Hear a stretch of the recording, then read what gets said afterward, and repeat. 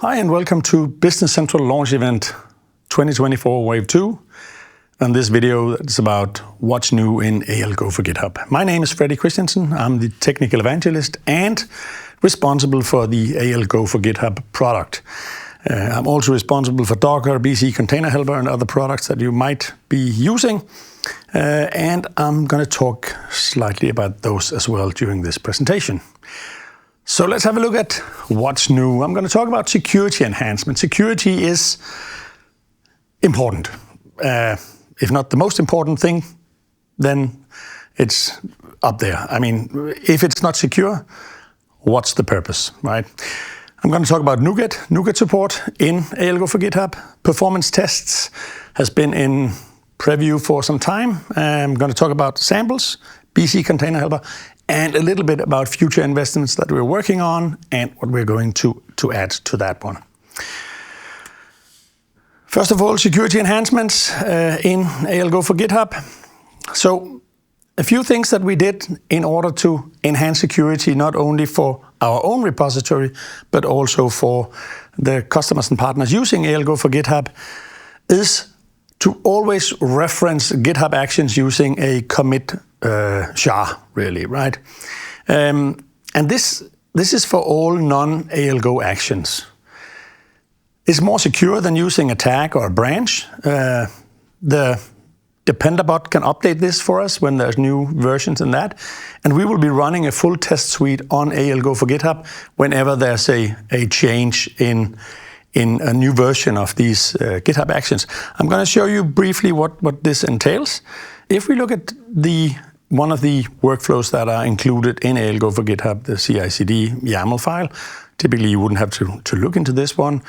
Then if we are using an action like the checkout action, this is now no longer actions checkout version 4.1 or anything like that. This is the actual SHA of the action that we're using. Now you might see that when we're using an ALGO for GitHub action, we're still using version 5.3. The reason for that really is that this gives us the ability to hotfix these actions, and we are in 100% control over the ALGO actions. But whenever we use actions that are not in 100% control of us, we will be using the SHA, meaning that no change to the checkout action will ever harm any of our users or customers or partners.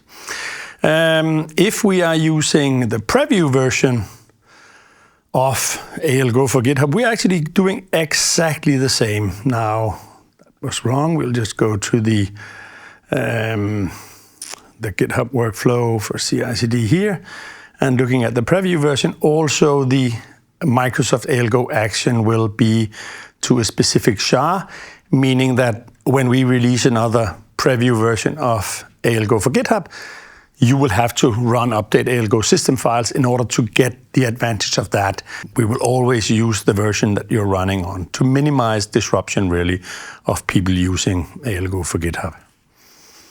Another thing we did, we added Precommit to ensure consistency of files. That's markdown files and other files that are checked using Precommit to ensure that general file housekeeping really is in order. And then last but not least, federated credentials and managed identities.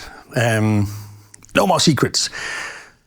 We basically have removed most of the reasons for having secrets in ALGO for GitHub. And I'm going to talk a little about how that actually works. If we look in the bad old days, not the good old days, the bad old days, like if we had something, we had a repository maybe on GitHub, maybe GitHub didn't exist in the bad old days, but anyway, if you had a repository and you wanted to authenticate to some resources, that could be a key vault, some resources, or Business Central, that be it, you needed like secrets for a username and a password, and these username and password will really be used in order to authenticate to whatever resources you are trying to authenticate to. The problem with this is that if these secrets were exposed, then everything was exposed, right?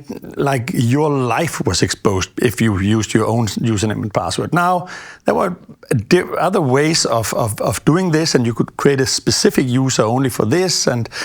But in reality, a lot of people use this as a real-time user, and this is obviously insecure. There are various variations of this where you use salted hashes, and instead of the password to increase security, and or actually our own NAV/Business Central web service key also was an example of these things, and it increases security, but not by much. Like, you will still have one user that is exposed if the secrets are ever exposed. Then OAuth came, OAuth to the rescue. Now, GitHub repository, the same resources that we want to authenticate to. What you needed now was an Entra app registration, and that Entra app registration would really be the user that would need access to something. Now, the Entra app is not a real user, it's just a registration of like a proxy of an app that needed to access these resources. And for that, you'd need a tenant ID in which the Entra app is, a client ID, and a client secret. It isn't much more secure than username password, because if the client ID and the client secret and the tenant ID was exposed, then you actually might be able to access the resources anyway. The way it works is that you have an authentication service, you send your client ID, client secret to that one, and you get an access token back. Now, the access there's also in the OAuth protocol, there's a reply to, so you can only get the access token to these specific, when you're running the workflow in specific areas, but still it is possible to circumvent that in different ways. Now, having that access token, you now get access to the resources, and if the access token is exposed, then the villain would actually get access to the resource for the validity of the access token. If the client ID and the client secret are exposed, then you might be able to get access to all resources accessible by the Entra app registration. The problem with this approach is really that a lot of people reused Entra app registrations for a lot of things. So the Entra app registration ended up having access to a lot of things that it didn't actually need. So again, yes, more secure than the username password, but really also something that attackers could benefit from. Variations of this would be to have a client secret, a certificate instead of a client secret. That increases security, but still there's a problem here. Now, you could, of course, here like rotate the client secret every month or the certificate every month, and that definitely increases security quite a bit in this one. But really, the way you want to do security like this is to, instead of that, use federated credentials. Now, federated credentials is where you don't need any secrets at all. How it works is that you have these resources, and on the resources, you can define who are allowed to access this. Now, you have an authentication provider like GitHub, and an authentication service like the OAuth service I talked about earlier. And then GitHub has the ability to ask the authentication provider, who am I? And the authentication provider will return with an ID token specifying repository, branch, and event. Now, you can compare this with a user getting a driver's license, right? If I have a driver's license, everybody will be able to look at that driver's license and say, okay, there's a picture here, this is Freddy, and this is his name, this is his age, stuff like that. The authentication provider is the Danish state for my driver's license because I'm from Denmark, and people will trust that, right? So if we can find an authorization provider that can authorize, or can tell like the world who I am, using this ID token, then that is deemed secure. On the resources, I can define which repo, branch, event has access to that resource, either through an Entra app with a managed identity or directly on the resource in the Azure portal. With that ID token, I still need a client ID and a tenant ID, a resource ID, and I'll call the authentication service in order to get an access token. And again, I'll have an access token and be able to access all of these resources. The tenant ID and the client ID are not really secrets. We'll still store them in the secrets template because, yeah, that's just how it was. But if the access token is exposed, then you will have access to the resource for the validity of the access token, which typically is an hour. That can be bad enough, but typically we don't see access token being exposed per se. There are no secrets, there are no certificates to rotate. If somebody needs to do this, they would need to create an ID token that tells the world that this guy, like they fortify my passport or my driver's license or whatever, that would make them able to do stuff like this. So this is the most secure way. Let's have a demo of how this actually looks and have a look at my Bing Maps Appsource program here, or I'll actually have a look at my build vars, which is my federated credential here. So my build vars here is a managed identity. This managed identity is set up with access to my key vault, and the key vault has my certificate for signing and stuff like that. And in this managed identity, I've specified under federated credentials that this BC samples bingmap.appsource, the main branch only, has access to get a GitHub issued token to impersonate the application. So having set that up as a managed identity, I can set up the assignments for this build vars managed identity within my Azure Key Vault to have access to be a certificate user, meaning it can get the certificate, it can sign the app, and it can read secrets. So these are the three roles that my managed identity need to have in order for that to then be used. And looking at the Business Central or the Bing Maps.appsource action here, looking at the latest, I actually don't know if that's too far ago, 2 weeks ago should be fine. Looking that and looking in build, we should be able to see under sign here that it queries the federated token and connects using client ID and federated token, and thus uses federated credentials for this one. Another thing that is new in ALGO for GitHub is NuGet support. Now, NuGet support is something that we've been working on for a long time. And in this release, we have symbols for all Appsource apps available on a public NuGet feed. ALGO for GitHub supports trusting NuGet feeds, so you can trust either private NuGet feeds or public NuGet feeds. If you're trusting a public NuGet feed, you can register prefixes and fingerprints to ensure that you're not getting packages that you don't really trust. And normally you should not trust NuGet.org unless you're trusting registered prefixes or fingerprints.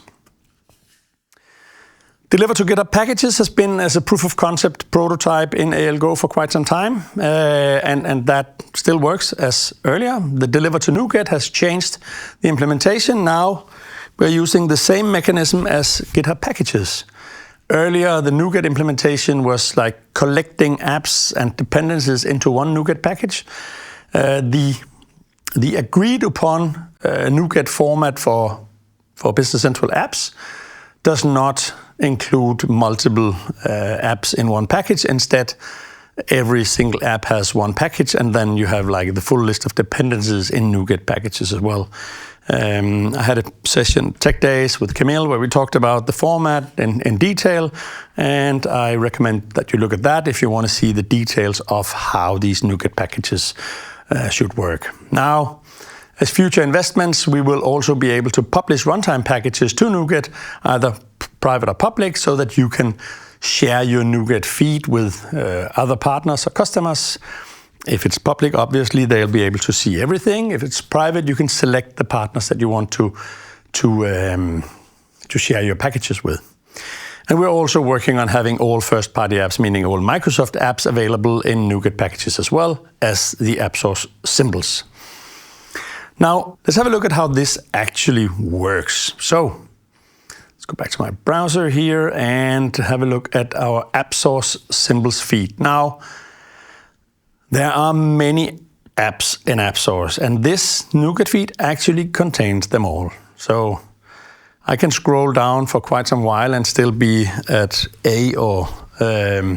so let me just sort by this and search for Abakion Legal and take one of these apps. So this is an app by Abakion. It has two versions, 24.0 and 24.1. I can go to this version and I can download the symbols if I want to. If I download the symbols, it will look like this. There'll be a NuGet package and there'll be a new spec and an app file.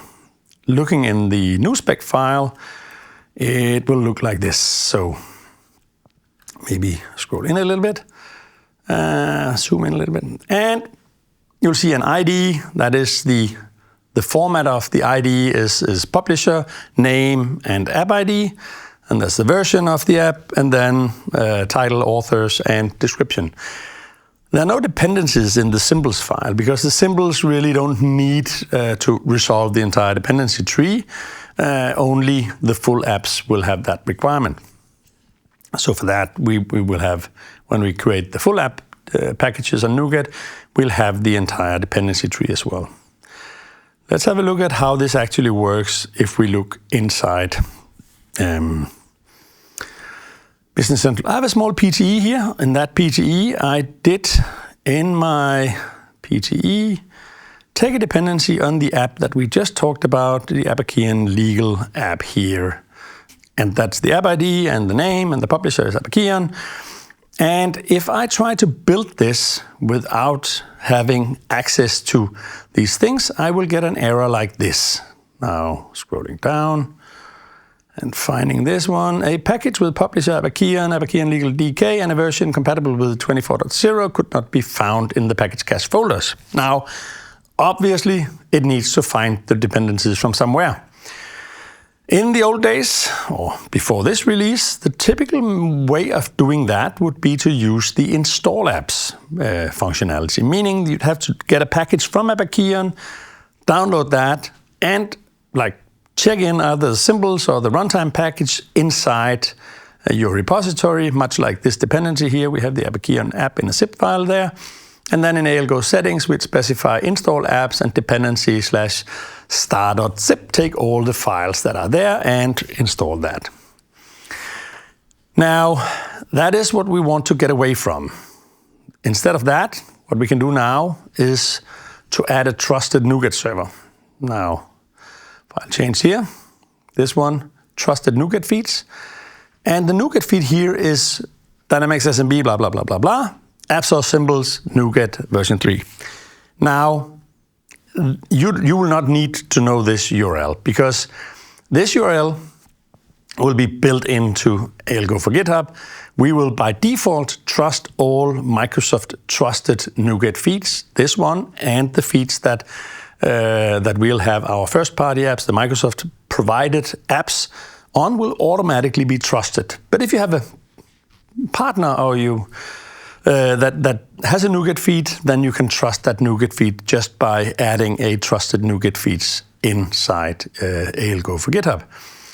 Now, looking at checks, we'll see that now it actually builds. And if we look at the build for this one, we should be able to see that installing app dependencies will actually now go and see missing app dependency. This is the app ID for the Abakion app. It looks for NuGet packages for that, searches the NuGet feed and finds the package, downloads that, and builds the package. Looking at a few other ways that you actually can do. I talked about fingerprints and prefixes. When you do like trusted NuGet feeds, you can specify a public URL if that's what you trust. you can specify a URL and an auth token secret. The auth token secret should specify a secret that gives you an access token to that URL. This piece does not yet support federated credentials. And then you can also say, I want to have this URL with this registered prefix. These patterns of packages are supported, or this URL and then a fingerprint, meaning that only if the package is signed with a certificate with that fingerprint, I will trust the package and download it to my machine. Let's have a look at the GitHub packages and the NuGet packages. If we look at one of the CI/CD workflows here, we will see that this one actually delivers to both GitHub packages and to NuGet. And if I go to code, we'll see that now this is the old format of GitHub packages. There's a small change to the name, Freddy W1, which is the app name, and then the app ID instead of ALGO and then the app ID. So if you're using GitHub packages already, you will see that the name actually changes.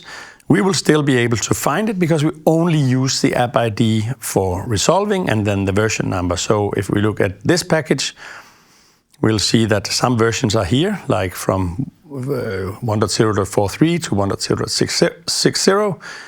And then we can look at the other package and see that now from 6.0 and upwards are here. So if we're looking at 1.0.70 from that app ID, we will find it here, else we'll find it in the other way. And this is the NuGet feed that I added a NuGet context to. So we can see that this 3 hours ago, the common and the licensing and the miscellaneous and the W1 was actually published here in a new version, exactly like we saw in the GitHub packages. Enough with NuGet support. Another new thing in the latest version of ALGO for GitHub is performance test. We actually were able to run performance test earlier as well. We just did not have the UI to show whether the performance test was good or bad. You'd have to download the performance test results and compare it manually with whatever baseline you wanted to use there. The latest version of ALGO for GitHub, you will now have the ability to run performance test either in CI/CD or in scheduled test runs, very much based on the settings where you want to run it. You can set a baseline, and then the test results will be compared to that baseline. You can see whether it regresses with a certain number of percentages, and you can set some thresholds on whether you will allow the regression to be 5%, 10%, 15% before you issue an error or a warning. Now, how does that look? Let's again go and look at the demo here for BCPT test results. This is my repository that has a performance test. It has an app, a test, and a performance test here built in. In the root of this project, I'll have a baseline and a threshold. The baseline can really be like a test result from a prior run. You can just copy that, or you can manually obviously modify it if you want to do that. But you can just copy the result of a prior run to the baseline and say, this is my baseline. You can also see that the BCPT thresholds here will state that if they regress with more than 15%, I will give a warning. If the duration regresses with that, if it regresses with more than 30%, I'll issue an error. Now, it's also counting the SQL statements. And if the SQL statements are above 10% higher than before, I'll issue a warning. And if the SQL statements are more than 20% higher than before, I'll fail the build. Let's have a look at the latest build here and see if anything here. This one should actually be fine. If we look at the various things down here, we'll see that the duration is 6 and the baseline was 6.5. Here that progresses 16% in the duration. We should be able to also scroll to the right? It's here. And then up minus 13%. and so on and so forth. The SQL statements base and the SQL statements this time is actually the same all the way along. We can have a look at how it looks if we have warnings, then having a look at a prior run here, and we'll see that here we'll actually have some that regresses more, 17%, and the SQL statements are the same. The reason why we really count the SQL statements is that very frequently that is the primary reason for things to regress in performance. If you've created some code or whatever that accesses the SQL Server database more than earlier, then that is one of the primary reasons for regressions in that. Another thing that's not like entirely new, but something that we've been working on for quite some time is the BC samples GitHub tag. Now, it's not really AL Go for GitHub only, but let's have a look at the tag here now. What I can do here is I can say aka.ms/bc samples, and it will show me all repositories on GitHub that has the tag BC samples. And right now, this is only Microsoft repositories, but if you have a sample repository that you would like people to see, then you can also just give it a tag BC samples, and then it will end up in this list. The current number of repositories here are 6, and we'll have like all the repositories that were created to showcase the Power Platform integration to AL Go for GitHub, the BC samples take order, the BC samples onboarding, and the warehouse helper. The onboarding is actually not Power Platform one, but the warehouse helper and the Coffee MR, they are all with Power Platform. The onboarding one is one that really showcases how onboarding is easier done. And then we have 2 of the samples with Bing Maps as a PTE and Bing Maps as an AppSource. And you can obviously navigate to any of these repositories and have a look at what it contains.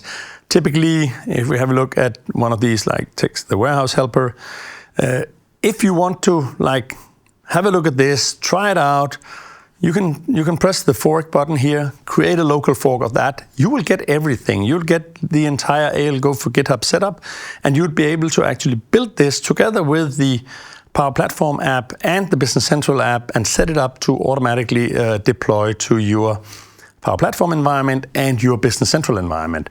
So you'll get something that you can start developing from. If you think that this is a good starting point for your app, feel free to fork that, and there's absolutely no copyright on the code or on the repository itself. So feel free to use these samples, and feel free to go into your GitHub repository really in the About section here and add a topic. It's not a tag, it's a topic, sorry about that. Add a topic called BC samples, and you'd be able to be listed in the list of BC samples there. Now, I also want to talk about Container Helper. Container Helper is a PowerShell module that most of you might be using, or probably are using. Right now, 2.25 million downloads, approximately 3,000 downloads every single day. And why talk about Container Helper in this forum? Because AL Go will move away from using Container Helper. What does that even mean? So BC Container Helper today is just a huge pile of cool functionality really that helps partners do a lot of things, and it can help you like do CAL code to AL code to transformation. It can help you spin up containers with Nav 2015. It can help you like do all kinds of things. What we decided was to leave it like that. Like BC Container Helper will not like go away. It will not be removed from GitHub or from PowerShell Gallery.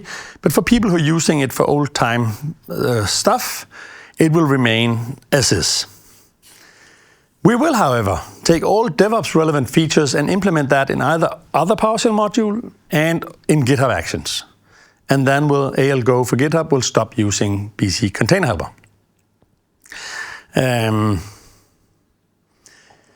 If you're using a managed DevOps solution, if you're using AL Go for GitHub, you might not even notice this change. If you are using a self-made DevOps solution, you will have work to do.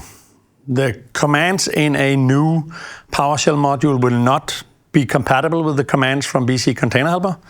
And at some point in time, BC Container Helper will no longer be supported and will stop working. Now, it's not going to happen day one when we go away from using BC Container Helper in ALGO for GitHub.